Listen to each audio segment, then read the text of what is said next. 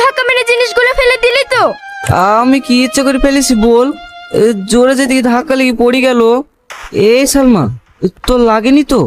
থাক থাক, তোকে আর দরদ দেখাতে হবে না। তুই ছাড়া আমার আর কি আছে বল? এই কুলি, একটু এইদিকে আসো তো।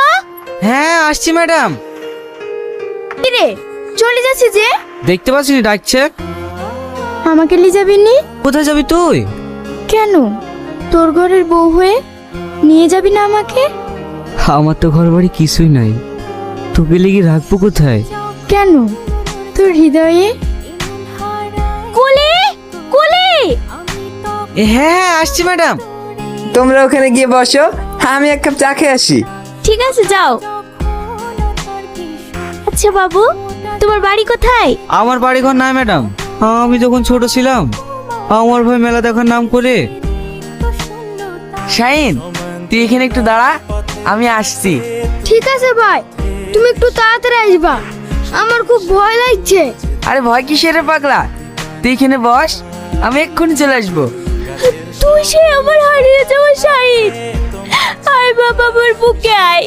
তোকে আমি কত খুঁজেছি, কোথাও খুঁজে পাইনি। মা তুমি? চুপ, কখন আমার মা বলে ডাকবি নি, আমার ভাবি বলে ডাকবি।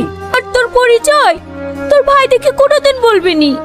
হো গো, চলো চলো, অনেক দেরি হয়ে গেল। তোমাকে একটা কথা বলবো। কথা বলো। চলো না, এই ছেলেটাকে আমরা বাড়ি নিয়ে যাই। কেন? আমাদের বাড়িতে তো একটা কাজের লোক দরকার, আর তুমিও তো কদিন থেকেই চলে আসবা। আমি একা সব সামলাতে পারবো নাকি? আচ্ছা ঠিক আছে, চলো। এই নাও, এটা পরবা, আর তোমার ভাবি যে যে কাজগুলো বলবে সেগুলো করে দিবা। ঠিক আছে বাবু। আরে আরে, বাবু বলে দরকার নেই, আজ থেকে তুমি আমাকে ভাই বলে ডাকবা। ওগো, আমি একটু বাজারে গেলাম। আচ্ছা ঠিক আছে, একটু তাড়াতাড়ি এসো। হ্যাঁ আমাকে কেমন লাগছে মা? চুপ চুপ, তোকে বলিনি আমাকে মা বলি ডাকবি নি। কেনে মা? আমি তোমাকে মা বলি ডাকবো না তো কাকে মা বলি ডাকবো?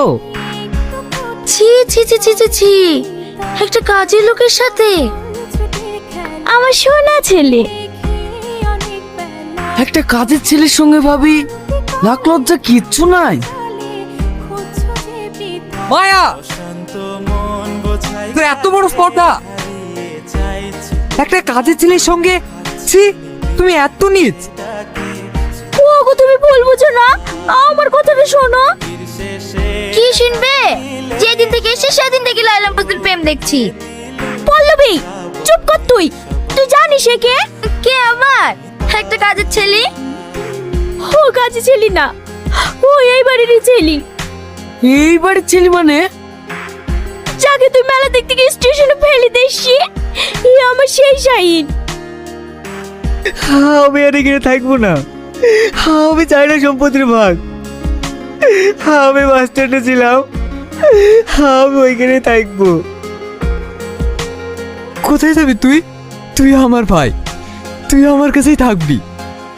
রাকেশ, তুই এত নীচ, তোকে আমার ভাই বলতেই ঘৃণা লাগছে। ছি। ভাই তুমি আমাকে ক্ষমা করে দাও, এরকম ভুল আর আমি জীবনও করবো না।